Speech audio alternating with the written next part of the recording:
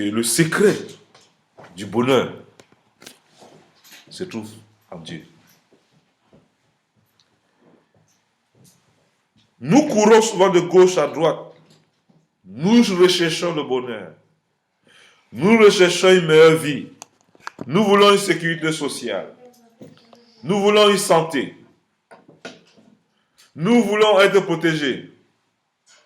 Nous voulons réussir. Le secret du bonheur se trouve en Dieu. Et le verset fétiche du secret du bonheur se trouve dans Galates chapitre 5, verset 22. Il y a 9 fruits du bonheur. Dites après moi 9 fruits du bonheur. 9 fruits du bonheur. Alors, quels sont les 9 fruits du bonheur? Nous constatons dans Galates chapitre 5. Alléluia. Galates chapitre 5, c'est très important de voir que Dieu nous a donné un secret que nous ignorons. Tu vas avoir du bonheur. Reviens à Dieu et expérimente-le. Alors, vous allez me poser la question, docteur. Oui, c'est vrai. Le secret du bonheur, c'est 9. Il y a 9 fruits qui nous donnent le secret du bonheur. Premier de ces fruits, c'est quoi? L'amour. L'amour, oh chers frères et sœurs, pardonne tout. L'amour croit tout.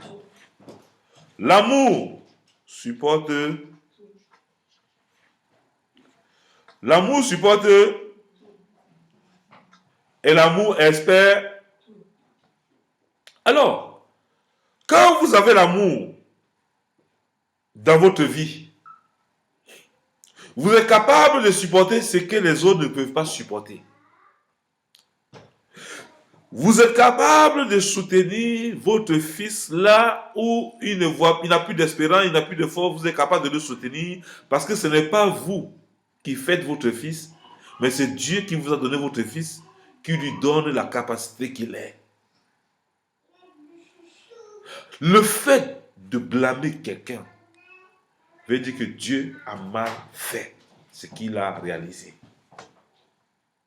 Alors, quand vous prenez cette attitude de laisser Dieu prendre le contrôle de toute situation, l'amour environne votre cœur.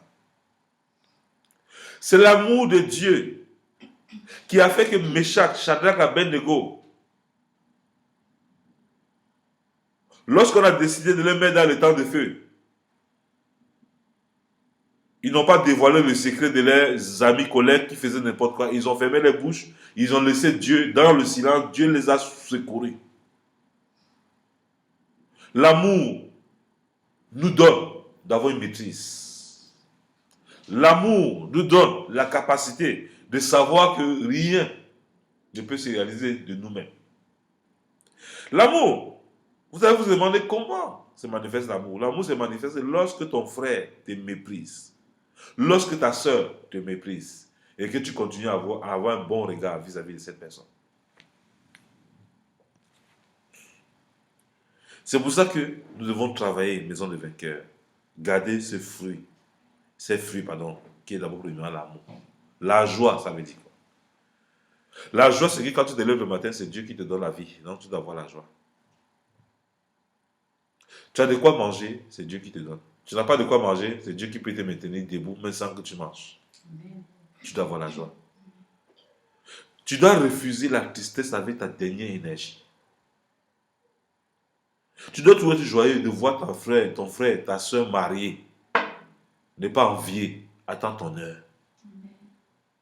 Si tu veux que Dieu réalise vite ton projet de mariage, tu dois travailler ces 9 fruits, qui est le secret du bonheur. Tu vas avoir la réussite dans tes examens. Tu dois être capable de rester avec tes ennemis. Apprendre ce que tes ennemis connaissent pour mettre sur ce que toi tu connais. David avait compris cette chose. Il pouvait marcher avec ses ennemis et Dieu lui donnait la victoire sur ses ennemis. Le Seigneur dit, je dresse une table en face de terre et je fais tes adversaires quoi? Tombage pied. Pour vous dire, ce n'est pas vous qui combattez vos ennemis, c'est Dieu qui combat à votre place. Vous devez garder cette joie. Que, c'est Dieu qui combat pour moi. Je n'ai plus à combattre. Je ne veux que lui faire confiance. Il te dit, avoir la paix intérieure. Qu'est-ce que le trouble peut changer dans ta vie? Il faut garder la paix parce que Dieu seul est capable de stabiliser ta vie. Dieu seul est capable de te donner la victoire dans ce que tu espères, dans ce que tu crois. Dieu seul. Ce n'est pas tes jongleries qui peut te faire avoir ce que tu veux. Si l'Éternel le bâtit, ceux qui bâtissent en vain. C'est pour ça, pour argumenter ça, j'ai pris le livre de Somme, chapitre 23, pour continuer à argumenter. Alors nous constatons dans le livre de Somme, chapitre 23, David pouvait dire, quand il avait cette paix intérieure, il pouvait dire, l'Éternel est mon berger. Je ne manquerai de rien. David, quand il disait ces choses-là, c'est parce qu'il avait une confiance en Dieu démontrée dans son attitude de paix. Est-ce que tu es capable de dire, l'Éternel est mon berger, je ne manquerai de rien? Quand Élie est allé vers cette veuve, lui dit, fais-moi d'abord un peu de gâteau avec cette farine et cette eau. Elle a dit, elle a vu, son cœur pouvait se troubler, elle pouvait perdre la paix, mais elle a gardé sa paix. Elle a obéi au principe de ce que l'homme de Dieu lui a dit de faire. Elle avait expérimenté, l'Éternel est mon berger, je ne manquerai de rien. Elle avait expérimenté cela. Mon frère, ma soeur, est-ce que tu expérimentes que l'Éternel est ton berger? Tu ne manqueras de rien. Quand tu dis l'Éternel est mon berger, je ne manquerai de rien, c'est lorsque autour de toi, tout semble sombrer. Tu n'as pas d'espoir. Les factures sont en train de te saturer, te miner, t'empoisonner la vie. C'est là que tu mentionnes l'Éternel est mon berger, je ne manquerai de rien. Les dettes étaient en train de troubler cette veuve. Elle était endettée. Dites endettée. Endettée. Les dettes d'aujourd'hui, c'était comme les factures que vous avez. Mais il a fallu l'intervention divine pour que ces dettes-là soient soldées. Toi, tu as besoin de l'intervention divine dans la situation que tu traverses. Que l'Esprit du Seigneur te rende ministère. Alléluia. Il y a des offrandes liées au changement radical des situations que nous traversons. Cette veuve avait compris. Elle a sacrifié sa farine avec de l'huile qu'elle avait. Dans sa maison, il n'y a jamais manqué de farine ni d'huile. Elle a pu payer ses dettes avec le miracle qui s'est produit chez elle. Pour te dire, tu ne mourras pas sans avoir payé toutes tes dettes. Tu payeras tes dettes. Et tu vas te réjouir de meilleures productions du pays que Dieu a créé, a pourvu pour toi, au nom de Jésus. Alors nous constatons ici, nous devons avoir la paix, la patience. Dites après moi la patience. La patience. Cette veuve, je vous assure, elle a travaillé la patience. Mais au bout de ces fruits, qui est le secret du bonheur, tu finis par entrer dans ton bonheur. Alors le psalmiste nous dit ici, il me fait reposer dans des verts pâturages. Il me dirige près des eaux paisibles. Alors, il n'y a que Dieu qui peut t'orienter vers des eaux paisibles. Comment vous allez me dire, docteur, les eaux paisibles, c'est quoi? Quand tu es patient, pendant que tu cherches le travail, tu ne trouves pas le travail, sois patient. Ton travail que Dieu prépare est en train d'arriver. Amen. Et le travail que tu vas avoir, tout le monde te verra dans ce travail comme un messie. Comme une solution. Mais c'est Dieu qui aurait mis dans le cœur ces préparations de l'accueillir. Et comme tu reflètes le secret du bonheur, ils vont te voir belle, beau. Ce n'est pas que tu es beau, tu es belle, mais Dieu l'a fait afin qu'ils honorent et qu'ils reconnaissent la majesté, la magnificence, la puissance de l'architecte des architectes, le Dieu de Dieu, le fabricant de toutes choses, l'homme qui est capable de t'enlever du fumier pour te faire asseoir avec des grands. Amen. Qui est capable de changer ton histoire de pauvre en riche. Dieu va t'amener pour les confronter. Parce que eux, dans les têtes, pour réussir, il faut se battre. Mais chez Dieu, pour réussir, il faut avoir les 9 fruits de l'esprit. Qui est le secret du bonheur. Pour réussir avec Dieu, il faut avoir le fruit du bonheur. Pour avoir le succès dans le monde, il faut se battre avec des stratégies. Des stratégies de Songui, de Kongosa et de destruction. C'est ça que le diable te propose pour te faire réussir. Vous allez voir que les gens qui cherchent à eux-mêmes à réussir, ils sont obligés de fabriquer les amis. Ils arrivent dans les endroits, ils donnent un sourire qu'ils n'ont pas, ils donnent la joie qu'ils n'ont pas. Ils montrent aux gens qu'ils sont joyeux. Quelques secondes. Mais après, le diable leur redonne l'identité qu'ils ont. Ils deviennent haineux. Dites après moi haineux. Haineux. Haineux. Haineux. Ils deviennent méchants, sanguinaires. Pourquoi? Parce que tu ne peux pas changer l'attitude que tu as. C'est pour ça que j'ai dit le secret du bonheur. Ne laisse pas la haine envahir votre cœur. Dis à ton frère, ne laisse pas la haine envahir ton cœur. Ne laisse pas la haine envahir ton cœur. Ni les inquiétudes torturer ton esprit. Les inquiétudes, la haine est l'ennemi du fruit de l'esprit, du secret du bonheur. Les inquiétudes, c'est l'ennemi du secret du bonheur. Il faut toujours s'attendre à donner l'amour. Ne t'attends pas à recevoir l'amour des gens. C'est le secret que je vous donne dans la maison des vainqueurs. Ne vous attendez jamais à donner l'amour aux gens. Vous donnez. Parce que Dieu lui-même, il est amour. La nature de ton Père, il est amour. Comme Dieu nous a aimés. C'est pour ça qu'il a donné son Fils. Il nous dit aussi, dans 1 Jean 3, verset 16, que en ce que nous avons connu l'amour de Dieu, nous aussi nous devons donner nos vies pour des frères. Notre façon de donner nos vies pour des frères, c'est de pratiquer la patience, la bonté. Dites après moi la bonté. Même si les gens veulent abuser de vous, laissez Dieu les conforte. Alléluia. Il veut abuser de vous. Si vous avez la possibilité de faire du bien à ceux qui vous font du mal, c'est le charbon ardent que vous mettez sur la tête. Quand vous faites du bien à celui qui fait du mal, c'est Dieu qui va vous défendre et qui va les confondre au nom de Jésus. Alléluia. Donc c'est pour ça de ne pas se fatiguer. De garder le secret du psalmiste. Il dit, il restaure mon âme.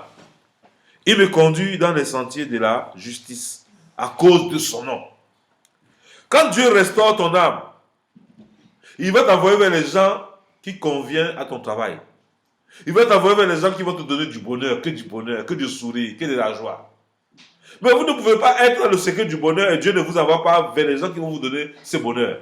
Le secret du bonheur, c'est l'onction divine pour marcher dans ce bonheur. Amen. Vous allez toujours avoir autour de vous les gens qui vont vous faire vivre ce bonheur. Comme j'ai la grâce d'avoir ma femme qui me fait vivre ce bonheur, mon fils qui me fait vivre ce bonheur, ma belle-mère qui me fait vivre ce bonheur, ma fille Victoria qui me fait vivre ce bonheur, Tout autour de moi, ce n'est que du bonheur. Parce que j'ai l'onction divine du bonheur sur ma vie. Alléluia. Tu ne m'arranges pas, Dieu t'écarte sur mon chemin. Tu m'arranges à cause du secret du bonheur, Dieu ne fait que me donner du bonheur. Le bonheur, ce n'est pas ton compte à banque, mais c'est la faveur que Dieu met devant toi, au nom de Jésus. Quand je marche dans la vallée de l'ombre de la mort, quand je marche dans la vallée de l'ombre de la mort, je ne crains aucun mal. Vous allez voir ici quand les gens qui n'ont pas le secret du bonheur, qui ne vivent pas ces choses-là, quand il y a des difficultés dans leur vie, ils commencent à avoir peur. Ils promènent des regards inquiets. C'est eux qui prennent le téléphone, qui appellent, ça ne va pas. Quand vous voyez toutes ces choses-là, ils n'ont pas du bonheur, ils n'ont pas le secret du bonheur, ils n'ont pas le fruit de l'esprit. C'est pour ça qu'ils paniquent dans les situations. Je remarque que personne de vous ne panique dans la situation. Mon fils, quand il va aller à l'école, quand il a son argent pour aller à l'école, il est en joie. Quand il n'a pas, il est en joie. Alléluia. Ce n'est pas ça qui conditionne sa joie. Ce n'est pas la voiture qui conditionne la joie du docteur Bruno. Il y a des jours, je me lève, je prends mon métro. Il y a des jours, je me lève, je prends ma voiture. Je ne suis pas esclave d'une situation. Alléluia. C'est cette parole qui s'accomplit dans ma vie. Quand je marche dans la vallée de l'ombre de la mort, je ne crains aucun mal. Car tu es avec moi. Ta houlette et ton bâton me rassurent. Dieu me rassure. Sa houlette et son bâton. Sa protection me rassure. Alléluia. Je suis en sécurité. Je vis le secret du bonheur. Je te communique le secret du bonheur. Amen. C'est de faire confiance en Dieu. Faire confiance en Dieu, c'est de vivre les fruits de l'esprit. Il faut être bon. Il faut la bonté, la bienveillance. Alléluia. Dis simplement la bienveillance. La bienveillance. La foi. Alléluia. Nous devons garder cette foi parce que, sans la foi, il est impossible d'être agréable à Dieu. Les anciens ont possédé leur héritage à cause de quoi? De leur foi. Ils ont cru. Et ça leur a été imputé comme justice. Ta foi va être imputée dans ta vie comme justice. C'est pour ça que tu dois avoir la foi que tu dois te marier. Tu dois avoir la foi que tu dois prospérer. Tu dois avoir la foi que tu dois être en bonne santé. Tu dois avoir toujours la foi en toutes choses. Tu ne dois pas limiter Dieu dans ta vie. Tu dois croire et toujours croire au nom de Jésus. Et marcher dans la douceur. Dis après moi douceur. Douceur. Que ta douceur soit reconnue de tous.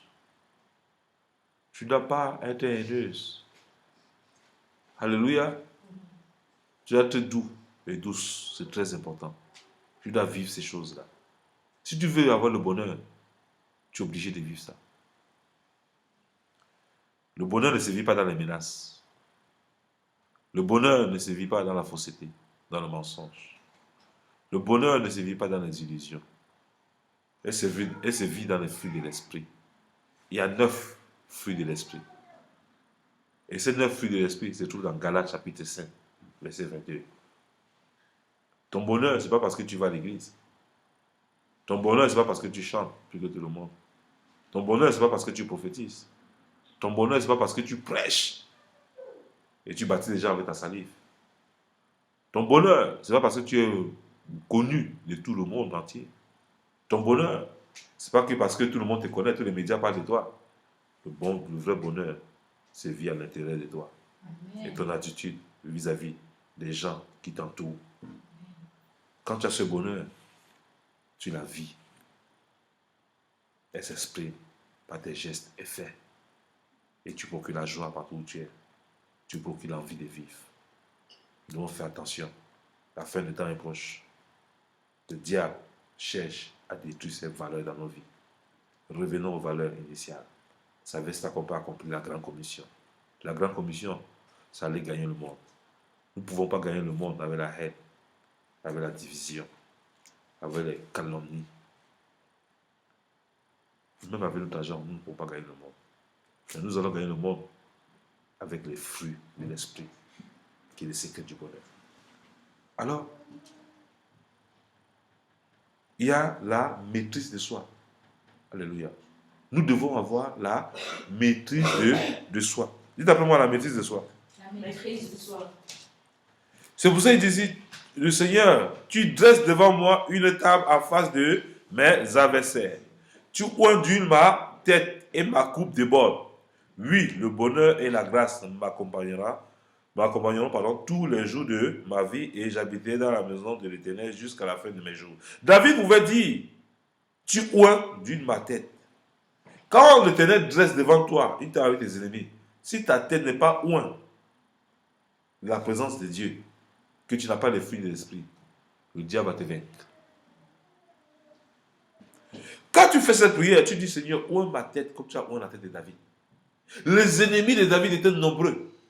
Et Dieu a pris dans la maison de ses ennemis le fils même de son ennemi principal, Saul, pour être la lumière de David, pour l'éclairer sur le chemin qu'il doit suivre. Alors je vais vous dire une chose. Là où vos calomnies, c'est là où votre bonheur va sortir. Là où on ne croit pas en vous, c'est là où Dieu va vous élever. Là où les gens vous veulent tuer ce qui est en vous, c'est là où Dieu va utiliser l'onction qui est sa vie pour les confondre. Fais confiance en Dieu. Et malheur à l'homme qui met sa confiance à un homme. Continue à mettre ta confiance en Dieu et tu n'auras que du succès et la réussite dans ta vie.